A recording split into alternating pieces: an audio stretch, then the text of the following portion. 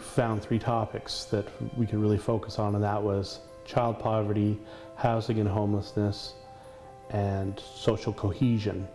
For the child in poverty, we had Adrienne Montani from BC First Call come up, and she's her area of expertise is child poverty within the province. Over 1 in 4 children in this community are poor, 830 of them. The CMA, that's the Census Metropolitan Area. There's 23, so again, almost 1 in 4.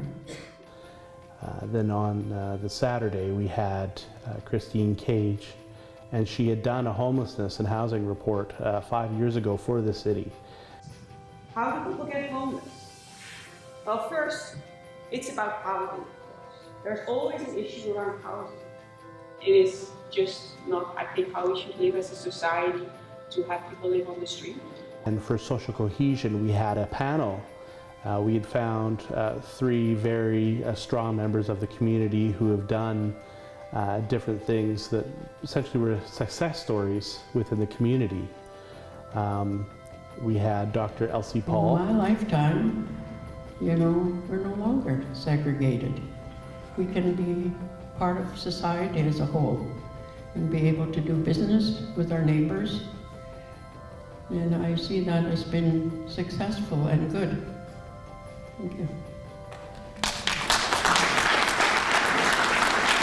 We had Ron Barazan. In my lifetime, having been born in the 1960s and living this sort of globalized, postmodern, colonial era, this theme of searching for community has been a constant.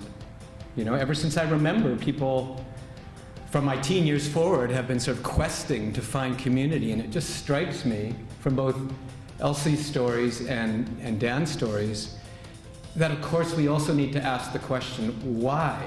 You know, why do we need to try to create community? What has happened and what is happening to us that we feel so disconnected in the first place? We also had Arthur Arnold from Prisma. You hear the notes? There's no build, there's no phrase, there's no passion. It's stronger than...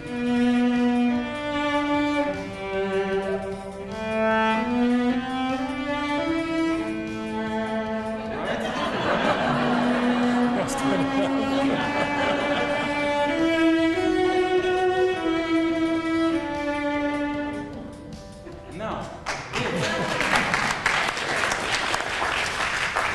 you know how it can be if we all work together to achieve this. It will be like this.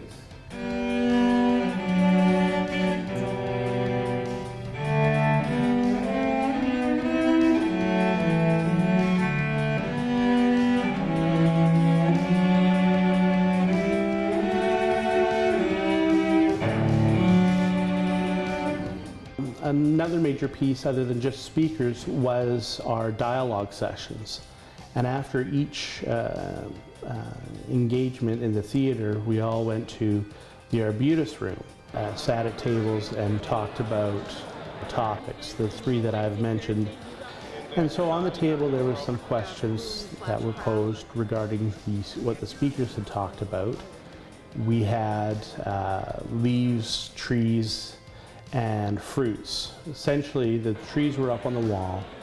The leaves were the assets of Powell River. So people would write down all our different assets from the CRC, Community Resource Center,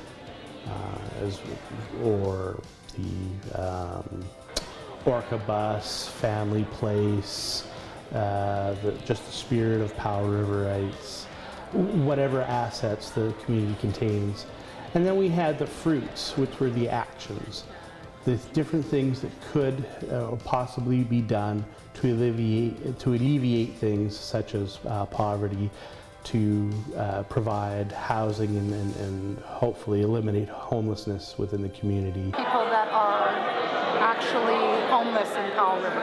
So Christiane's research from 2011 pegged 250 people roughly as being homeless, and an additional 200 or 300 people that are so close to the line that it could be a tragic situation. And probably those 300 people are already homeless, judging from the way that our rents have escalated. I was kind of aware that there is the couch surfers.